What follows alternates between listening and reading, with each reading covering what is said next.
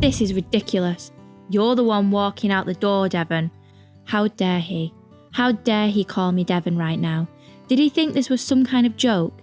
She levelled his eyes, squared her shoulders, took a deep breath and delivered the full force of the next words. You're the one not stopping me. His mouth moved up and down, searching for the right words, but all he accomplished was an accurate impression of a fish. She bit her lip to stop the tears. She placed her hand on the doorknob, turned it a fraction, paused maybe half a second, waiting for him to stop her. He didn't, so she closed the door and her heart to him. That was 6 months ago. Elizabeth had walked out Sean's life, the reason so murky in the tea-soaked memories that even now she couldn't quite remember the reason. Sean had allowed Elizabeth to leave. He figured she'd gone back to Devon since she talked about it all the time. He'd even started to call her Devon as a joke. Their lives in Cardiff had ceased to exist the day she forced his hand. Stop her or lose her. Why hadn't he stopped her? Maybe a part of him thought she'd never actually stay gone. But as the hours grew into days and days to weeks without so much as a phone call, and when he'd finally had the guts to call her, her flatmate had simply said, "She's gone." And she really was. He had no way of contacting her. She had his number, but when the weeks grew into months, his phone had remained ever silent to her calls. It was December 19th and Elizabeth had finally started to unpack the last of the boxes she had stored at her mother's. Devon had welcomed her back with open arms, the rolling hills, the salted air, the community that she had missed so much from her time in Cardiff. But there was something that Devon couldn't afford her. And despite the 6 months she had had to heal that particular wound, it gaped ever open, and at no particular time, with no particular warning, it would often feel like the hole was growing larger and larger. She tried to wipe the thought from her mind, and when she pulled out an old notebook, she smiled fondly. When she had left Wales, it had been 2 days after graduation. This particular box held all her old notebooks from 4 years' worth of lectures, held onto for just in case. This particular one was small with a bright yellow background with tiny bumblebees scattered around. Looping words on the front read, "Be kind, be happy." She turned to the first page and written at the top was a series of numbers. Her breath caught in her throat, her heart stopped and then beat like a djembe. "What is it, honey?" Elizabeth's mother was in the doorway. It's his number. I had forgotten he'd written it in my book. It's from the first time we met. It's right here, look. Elizabeth thumbed the numbers gently. She couldn't tell whether she was trying to memorise them or erase them completely. His boyish handwriting accompanied the numbers. "Sean, call me if you wanna." "Oh, honey, maybe it's time." "Mother, no." "Hear me out, darling. You left when you were angry. He was hurt too, I expect. 6 months is a long time to heal. Maybe what you need is closure. It's nearly Christmas, and I'm sure he's thinking of you too." Her mother's voice was soft, but the undertone was firm. Elizabeth sighed and picked up the phone attached at the wall. Carefully and with hesitation, she dialed the number. After only 4 rings, the answer machine kicked in. Answer machine. Leave a message then. She turned to listen to the answer machine message.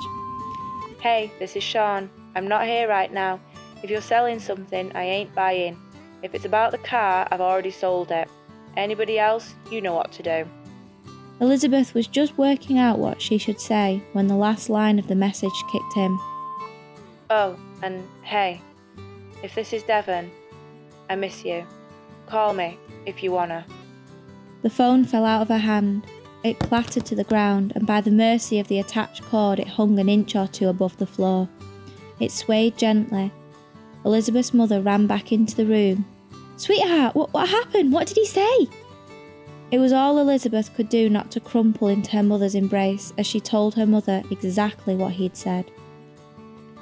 It was 3 days later. Elizabeth was alone now in her somewhat unpacked home. The phone on the wall almost seemed to hum with an air of electricity. Elizabeth thought if she picked it up, it may either give her the jolt that she needed to make the call or shock some sense into her. Could she really leave a message after 6 months? And what was his message about?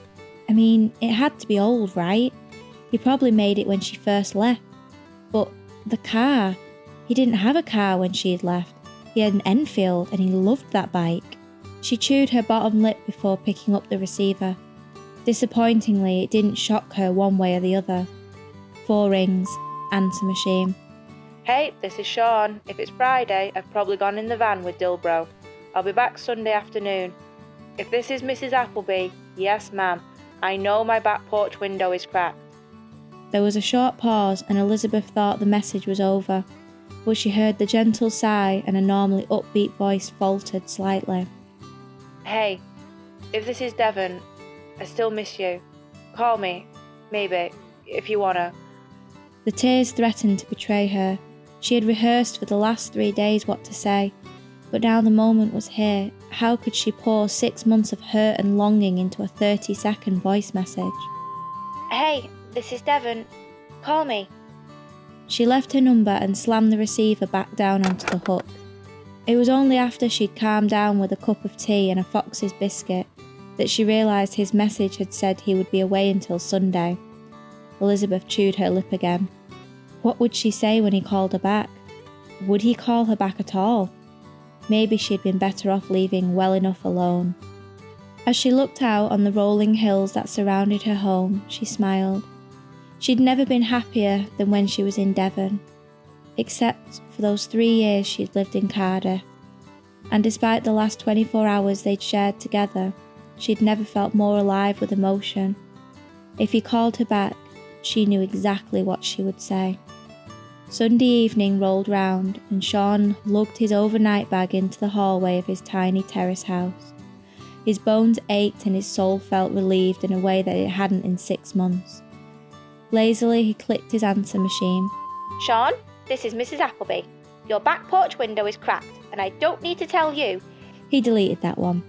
She meant well, but Mrs. Appleby was a busybody of epic proportions. He was just making his way into the kitchen for a well-earned cup of coffee when her voice drifted down the hall. Hey, this is Devon. Call me. Sean sprinted back to the hall, his feet slipping from under him, tangling in the hall runner his grandmother had insisted on buying at his housewarming. He rolled head over arse, something equivalent to an army roll if that army person was 3 sheets to the wind. He came to a crumpled mess under a tiny table he used to prop the answer machine. He pressed replay and her voice filled the space once more. Devon, his Devon. She'd finally heard his message. How many had he left in the 6 months she'd been gone? At least 2 a week. Maybe she'd heard all of them. Maybe she'd only heard this one. It didn't matter, because she'd finally called him. He wrote her number on his arm, grabbed the phone, but hesitated. What would he say? What would she say? What could possibly come of this? Was he ready to say sorry? Was he even sorry at all? He dialed the number. 3 rings and then, Hey, this is Devon. answer machine. Were they now doomed to leave messages on answer machines like something out of a Nicholas Sparks novel? Hey, this is Devon. If this is Mum, I'm still fine. If this is Julie, yes, we can make the pub quiz on Tuesday.